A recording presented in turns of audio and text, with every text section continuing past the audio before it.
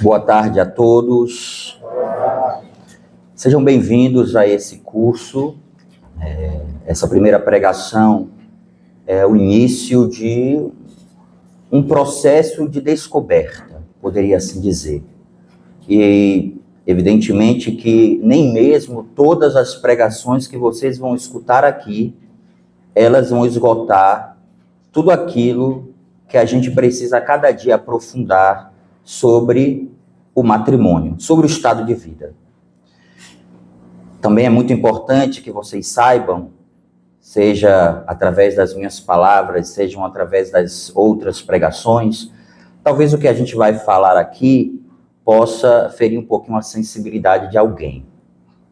Mas é necessário que a gente também tenha essa capacidade e na verdade, pedir essa graça a Deus, né? A humildade, é uma virtude, a humildade, para escutar e deixar Deus também nos corrigir, porque o objetivo é Deus nos corrigir no caminho que nós estamos trilhando. O mais importante, e é belíssimo eu dar essa pregação, porque hoje pela manhã eu assisti um matrimônio. Porém esse matrimônio, o casal tinha 70 anos. Eu sei que o esposo tinha 70 anos. Não quis perguntar a idade da esposa, seria indelicado fazer isso, né? Mas acredito que ela também tinha mais ou menos ali a idade dele.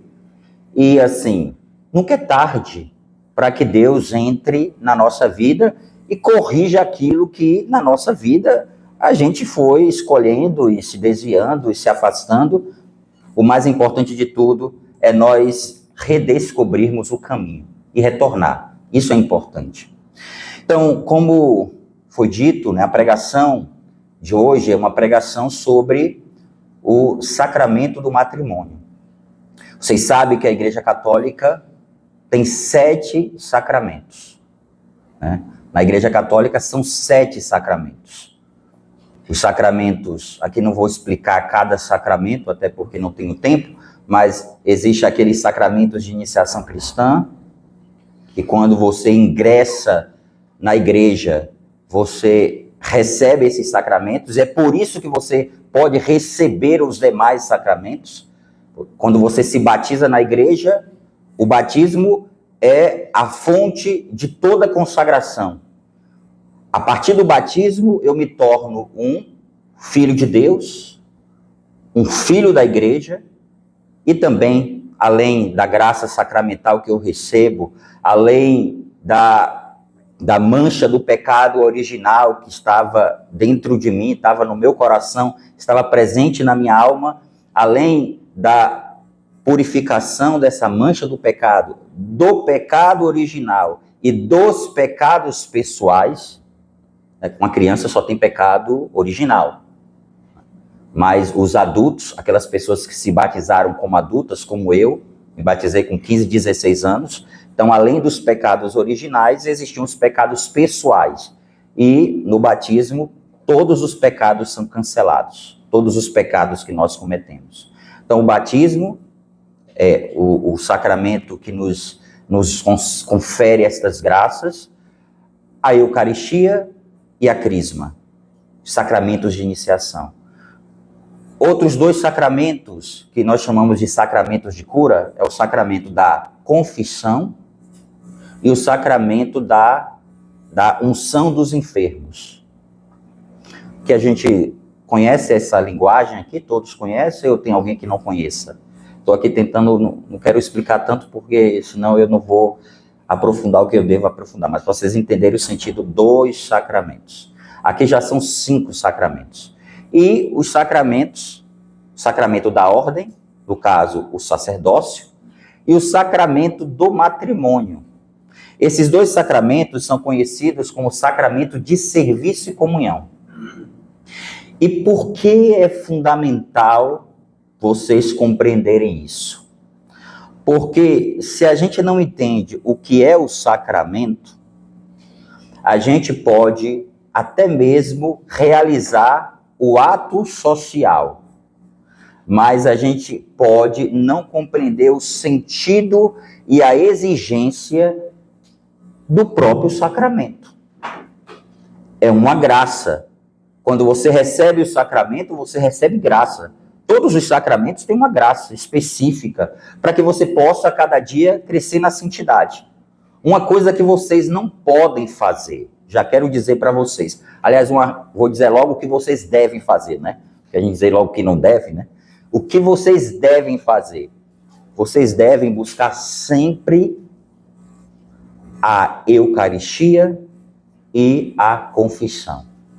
Esses dois sacramentos vão te ajudar a viver o matrimônio, a fidelidade ao matrimônio e a crescer na santidade. E Deus é tão bom e generoso conosco que Ele, sabendo que nós somos fracos, deixou para nós os sacramentos. Nós somos fracos. Sem o auxílio divino, nós não somos capazes de dar um passo. Por isso que a gente precisa dos auxílios de Deus para conservar uma vida virtuosa, para conservar os valores da nossa fé. Porque senão, se for simplesmente pela minha e pela sua fraqueza, eu não conseguirei ser sacerdote e vocês não conseguirão viver a fidelidade do matrimônio. Então, conservar a vida cristã, rezar como casal. Mas vamos lá. Quero trazer aqui alguns artigos do Catecismo da Igreja Católica. Aliás, é muito importante que vocês adquiram o Catecismo da Igreja Católica, porque, na verdade, o catecismo, a gente poderia dizer, para simplificar, é uma síntese do que nós cremos. Algumas pessoas pensam que, agora aconteceu, né, a eleição do Papa Leão XIV, que eu fiquei muito feliz, e fiquei muito feliz porque, mais uma vez, o Espírito Santo mostrou que quem conduz a igreja é Ele. Eu nunca tinha ouvido falar do Prevost, Leão XIV, né? Eu nunca tinha ouvido falar. E nesses momentos que a gente escutou tanto falar sobre conclave, quem seria os prováveis papáveis, enfim, aquelas coisas todas, o que é que aconteceu? Inclusive, eu escutei uma vez, em uma das vezes eu escutei uma pessoa dizer assim, comentando sobre os prováveis papáveis. A pessoa disse, vamos passar os americanos, porque certamente nenhum americano será eleito papa.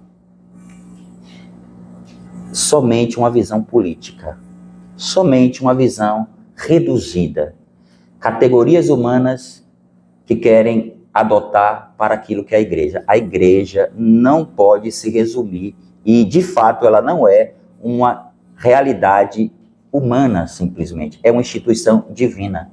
Por isso que é até errado a gente dizer que a igreja é santa e pecadora. A igreja só é santa porque a esposa de Cristo é sem mancha. Pecadores são os filhos da igreja, sou eu e você. A igreja, ela é, de fato, santa. A esposa do Cordeiro é santa. Certo? Mas vamos voltar. Agora, o Papa já falou sobre família. Lembrando aquilo que está nos documentos da igreja. Escutem a igreja. Nenhum Papa vai mudar aquilo que foi definido por nosso Senhor Jesus Cristo. O matrimônio foi definido por Jesus. E se recordem que quando Jesus foi confrontado pelos fariseus, vocês se recordam dessa passagem que Jesus foi confrontado pelos fariseus? Não se esqueçam que quanto tempo já tinha passado e os homens se perderam no tempo. Saíram do projeto de Deus e começaram a fazer aquilo que, como nós muitas vezes fazemos, aquilo que é o nosso projeto humano. E o que Jesus disse? Jesus disse, No princípio não era assim. Se aconteceu isso, se Moisés criou uma lei, foi por causa da dureza do vosso coração. Mas no princípio não foi assim. No princípio não foi assim. Aliás, o que Moisés fez foi, e é isso que não é dito, foi mais para defender as mulheres do que simplesmente favorecer que os homens pudessem contrair um outro matrimônio. Mas isso é conversa para outro momento. Mas para vocês entenderem que, na verdade, quando a gente conhece a doutrina, a gente aprofunda, a gente entende e a gente compreende que é preciso assimilar a verdade do plano originário de Deus. O que Deus pensou para os nossos primeiros pais. O primeiro sacramento que existiu foi o matrimônio. Crescer e multiplicai. O primeiro sacramento que Deus estabeleceu está lá nas páginas do Gênesis. A fidelidade ao matrimônio. Então vejam, é muito importante a gente compreender o sentido do sacramento e aquilo que a igreja nos ensina para que a gente não se afaste do projeto de Deus, para que a gente não coloque os nossos planos pessoais à frente daquilo que é a vontade de Deus. Deus deseja que vocês sejam santos, mas ninguém é santo por força própria. Por isso que eu falei dos sacramentos, a palavra de Deus, meditar juntos como casal, isso vai fazer com que vocês cresçam cada vez mais. Usando aqui os artigos, gostaria de refletir com vocês os artigos, depois eu vou caminhar para refletir um pouco sobre um livro que eu gostaria que vocês adquirissem. Até depois vou passar para o Charles esse livro, a ideia, né, orientação para que vocês possam adquirir esse livro e outros, para que vocês se preparem bem para o matrimônio, tá certo? Diz assim o artigo 1601. Artigo 7, 1601. Aliança matrimonial pelo qual o homem e a mulher constituem entre si a comunhão da vida toda é ordenada por sua índole natural ao bem dos cônjuges. Vejam, logo no início, coloca essa finalidade do matrimônio. É para o bem dos cônjuges, a geração e a educação da prole, dos filhos, por isso que ninguém se casa para viver uma vida de prazer com o esposo, somente isso. O casamento deve ser sempre, preste atenção, sempre aberto à vida. Casamento não pode, em momento nenhum, ser fechado à vida. Aliás, se na raiz da busca pelo matrimônio, qualquer um de vocês buscá-lo sem querer ter filhos, ele não existiu. Já saibam disso. Não existe casamento que não seja aberto à vida. Evidentemente que pode ser que no matrimônio, por uma realidade do esposo ou da esposa, não possa existir, né, o filho ali, né, não possa se gerar uma vida. Né? Alguém pode ser estéril, isso pode acontecer, mas nunca você pode casar com esse objetivo. Então, o casamento deve ser para o crescimento do casal, por isso que o casamento ele tem duas finalidades que são centrais. Primeiro, a dimensão unitiva. Aliás, isso é uma coisa interessante. Eu já falei da outra vez, mas falarei novamente isso. Quando a pessoa está namorando, ela quer ter vida sexual. Quando o bendito se casa na igreja, a vida sexual desaparece da vida do casal. Que coisa absurda. Isso é que a gente não entende, né? Quando você tem a bênção de Deus para ter o ato conjugal, você não tem um ato conjugal. Às vezes a pessoa vem conversar comigo sobre o matrimônio, aí eu pergunto, vocês têm vida conjugal? Isso às vezes, né, padre? Às vezes, assim, uma vez por mês, ou de 2 em 2 meses.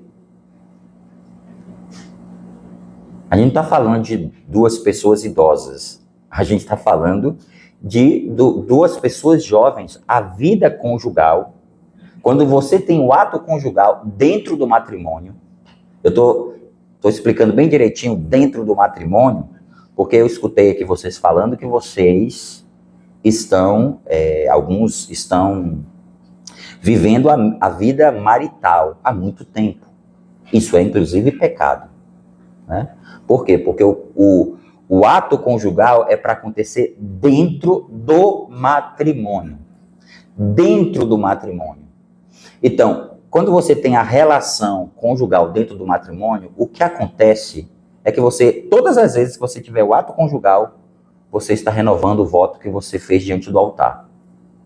Todas as vezes que vocês tiverem o ato conjugal, aquele ato de você assumir aquela outra pessoa se renova. E é por isso que também seria um caso de nulidade a pessoa casar na igreja e não ter o ato conjugal. Se não teve o ato conjugal, faltou justamente o quê? A realização de modo concreto daquele amor assumido diante do altar. Você vê como é bonito assim a nossa fé? A fé católica é muito bonita, quando a gente compreende. Ela é exigente, mas tudo que é bom é exigente. Tudo aquilo que é verdadeiro é exigente. Ninguém vai ser santo escolhendo qualquer coisa. Eu como padre, eu preciso viver a vida celibatária. Não foi imposta para mim. Foi uma escolha minha. A igreja não escolheu por mim que eu fosse celibatário. A igreja a igreja latina escolheu que entre os celibatários seriam escolhidos os sacerdotes. Pelo fato de eu ter escolhido o celibato, identificar que eu sou chamado ao sacerdócio, eu assumi e devo assumir de modo feliz. Como deve ser dentro da vida de vocês, o sacramento, algo feliz, que vocês se realizem. O sacramento exige isso. Essa é a finalidade do sacramento.